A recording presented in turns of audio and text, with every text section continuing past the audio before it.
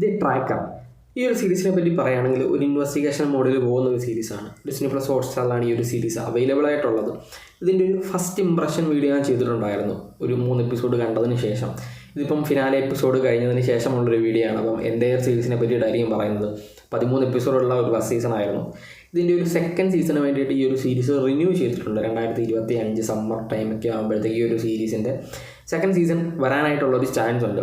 13 എപ്പിസോഡുകൾ എൻ്റയർലി ഭയങ്കര സോളോ ആയിട്ട് നിൽക്കുന്ന 13 എപ്പിസോഡുകളാണ്. പക്ഷേ ഒരു ബാക്ക്ഗ്രൗണ്ട് സ്റ്റോറി ഓരോ എപ്പിസോഡിനകത്തും കാണിക്കുന്നുണ്ട്. അങ്ങനെ പോകുന്ന 13 എപ്പിസോഡുകൾ. നായകനെ പറ്റി പറയുകയാണെങ്കിൽ കോൾട്ടർ ഷോ എന്ന് പറയുന്ന നായകൻ ഒരു റിവാർഡിസ്റ്റാണ്.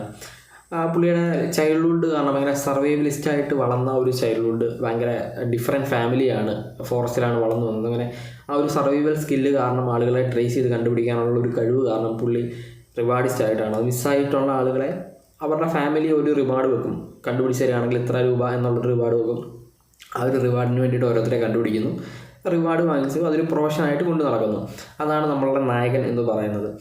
നായകൻ ഒരു ടീം തന്നെയുണ്ട്. ടെഡി ആൻഡ് വെൽമ എന്ന് പറയുന്ന 2 ഹാൻഡ്ലേഴ്സ് ഉണ്ട്. അവരാണ് ഈ ഒരു മിസ്സിംഗ് കേസുകളെല്ലാം കോൾട്ടറിനെ അറിയിക്കുന്നത്. അല്ലെങ്കിൽ ബാക്ക്ഗ്രൗണ്ട് ചെക്ക് ചെയ്ത റിവാർഡ് എന്തൊക്കെയാണ്, എത്ര രൂപയാണ് റിവാർഡ്, എന്തൊക്കെയാണ് കാര്യങ്ങൾ, ആരാണ് മിസ്സായത്, അങ്ങനെയുള്ള കാര്യങ്ങളെല്ലാം കൈകാര്യം ചെയ്യുന്നത് ഈ ഹാൻഡ്ലേഴ്സ് ആയിട്ടുള്ള ടെഡിയും വെൽമയാണ്. പിന്നെ ഒരു ടെക്നിക്കൽ സപ്പോർട്ടുണ്ട്, അല്ലെങ്കിൽ ടെക് സപ്പോർട്ടുണ്ട്, ഹാക്കിങ് കാര്യങ്ങൾ, ട്രേസിങ്, അങ്ങനെയുള്ള കാര്യങ്ങളെല്ലാം ചെയ്യാനായിട്ട് ബോബി എന്ന് പറയുന്ന ഒരു ഹാൻഡിക്യാപ്ഡ് ആയിട്ടുള്ള ഒരു ടീനേജ് ബോയ് ഉണ്ട്. ടീനേജ് ബോയ് അല്ലെങ്കിൽ ഒരു യങ് ബോയ് ഉണ്ട്. അപ്പം ആ ഒരു ബോബിയാണ് ഇങ്ങനെയുള്ള കാര്യങ്ങളെല്ലാം ഡീൽ ചെയ്യുന്നത്. പിന്നെ ലീഗൽ അഡ്വൈസർ അല്ലെങ്കിൽ ലീഗൽ പ്രോബ്ലംസിൽ ചെല്ലുന്ന കോൾട്ടറിനെ രക്ഷിക്കാനായിട്ട് റീനി എന്ന് പറയുന്ന ഒരു വക്കീലുണ്ട്. അപ്പം ഇവരുടെ ഈ ഒരു ടീം എഫേർട്ട് കാരണമാണ് പല കേസുകളും തെളിയിക്കുന്നത്. ചില ആളുകൾ മിസ്സാവും, ചിലത് മരിച്ചു, അങ്ങനെ പല പല സിറ്റുവേഷൻസ് ഉണ്ട്. ആ സിറ്റുവേഷൻസ് എല്ലാം ഹാൻഡിൽ ചെയ്യുന്നു. അങ്ങനെ നമ്മളൊരു ഇൻവെസ്റ്റിഗേഷൻ മോഡിൽ പോകുന്ന ഭയങ്കര ഇൻട്രസ്റ്റിംഗ് ആയിട്ട് കണ്ടിരിക്കാൻ പറ്റുന്ന ഒരു സീരീസാണ്. ഏകദേശം ഓരോ എപ്പിസോഡും ഓരോ മണിക്കൂറോളം ഉണ്ട്. അത്രയും ഡ്യൂറേഷനുള്ള എപ്പിസോഡുകളാണ്. 13 എപ്പിസോഡ് എന്ന് പറയുന്ന ഫസ്റ്റ് സീസൺ ഭയങ്കര ഡ്യൂറേഷനുള്ളൊരു സീസൺ കൂടിയാണ്. അങ്ങനെ പോകുന്നു. അപ്പം ഇതിന് ബാക്ക്ഗ്രൗണ്ട് സ്റ്റോറി ഉണ്ടെന്ന് ഞാൻ പറഞ്ഞു. ബാക്ക്ഗ്രൗണ്ട് സ്റ്റോറി എന്താണെന്ന് വെച്ച് കഴിഞ്ഞാൽ നമ്മുടെ കോൾട്ടറിൻ്റെ ഫാദർ ഭയങ്കര മിസ്റ്ററിയിലാണ് മർഡർ ചെയ്യപ്പെടുന്നത്. അപ്പോൾ ആ ഒരു മിസ്റ്ററി തെളിയിക്കാനായിട്ട് ഇതിൻ്റെ ബാക്ക്ഗ്രൗണ്ടിലൂടെ ഒരു ചെറിയ സ്റ്റോറി പോകുന്നുണ്ട്. എങ്ങനെയാണ് ഇവരുടെ ഫാമിലി എന്തായിരുന്നു എന്നും കോൾട്ടറിന് ഇപ്പോഴും ഒരു വ്യക്തതയില്ല. ഒരു ക്ലൗഡി ആയിട്ടുള്ള സാധനങ്ങളാണ്. അപ്പം അത് ഒന്ന് മിസ്റ്ററി കണ്ടുപിടിക്കുക എന്നുള്ളൊരു സാധനം ബാക്ക്ഗ്രൗണ്ടിൽ പോകുന്നുണ്ട്. അപ്പം അതൊരു സൈഡിലൂടെ കണ്ടുപിടിക്കാം. പിന്നെ ഈ വരുന്ന കേസുകളെല്ലാം നല്ല കേസുകൾ നോക്കി സെലക്ട് ചെയ്തിട്ട് അവിടെ പോയി കണ്ടുപിടിക്കുക എന്നുള്ളൊരു സാധനമുണ്ട്. അങ്ങനെ പോകുന്ന ഭയങ്കര അഡ്വഞ്ചറസ് ആണോ എന്ന് ചോദിച്ചാൽ അഡ്വഞ്ചറസ് ആണ്. പിന്നെ പുള്ളി ട്രാക്ക് ചെയ്യുന്ന ടെക്നിക്കുകൾ വളരെ വെറൈറ്റിയാണ്.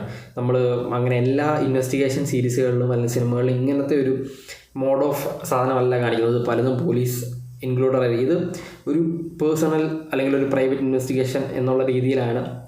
ഒരു റിവാർഡിസ്റ്റ് എന്നൊക്കെ വേണമെങ്കിൽ പറയാം. നമ്മൾ ആക്ച്വലി റിവാർഡ്സ് എന്ന് പറയുന്നൊരു സാധനമുണ്ട് പല രാജ്യങ്ങളിലും. ഈ റിവാർഡിന് വേണ്ടിയിട്ട് ആളുകളെ കണ്ടുപിടിക്കാനായിട്ട് ട്രാക്ക് ചെയ്ത് പോകുന്ന ആളുകളൊക്കെ ഉണ്ട്. അപ്പം അങ്ങനെ അതുമായിട്ട് റിലേറ്റ് ചെയ്യാൻ പറ്റുന്നൊരു ക്യാരക്ടറാണ് കോൾട്ടർ ഷോ എന്ന് പറയുന്നത്. പിന്നെ സ്റ്റോറി നമുക്ക് ഒട്ടും ബോറടിപ്പിക്കില്ല എന്നുള്ളതൊരു ഭയങ്കര ഇമ്പോർട്ടൻ്റ് ആയിട്ടുള്ള കാര്യമാണ്. ഓരോ എപ്പിസോഡുകളിലും ഓരോ സ്റ്റോറികളാണ്, ഓരോ പുതിയ കേസുകളാണ്. ഭയങ്കര മൈന്യൂട്ടായിട്ട് ചില ഒരു 2-3 മിനിറ്റിലൊക്കെയാണ് ഈ ഒരു ബാക്ക്ഗ്രൗണ്ട് സ്റ്റോറി പോകുന്നതെന്നുള്ളതാണ്. ചില എപ്പിസോഡുകളിൽ അതിനെപ്പറ്റി ചർച്ച ചെയ്യാറേ ഇല്ല എന്നുള്ളതും അതിൻ്റെ ഒരു ഇതാണ്. പിന്നെ അങ്ങനെ വലിയ റൊമാൻസ് കാര്യങ്ങളൊന്നും ഇതുവരെ ഈ ഒരു സീരീസിനകത്ത് കാണിച്ചിട്ടില്ല. ഒറ്റ സീസണായിട്ടുള്ളൂ. ഇതിൻ്റെ ഒരു സെക്കൻഡ് സീസൺ ഉടനെ തന്നെ വരും.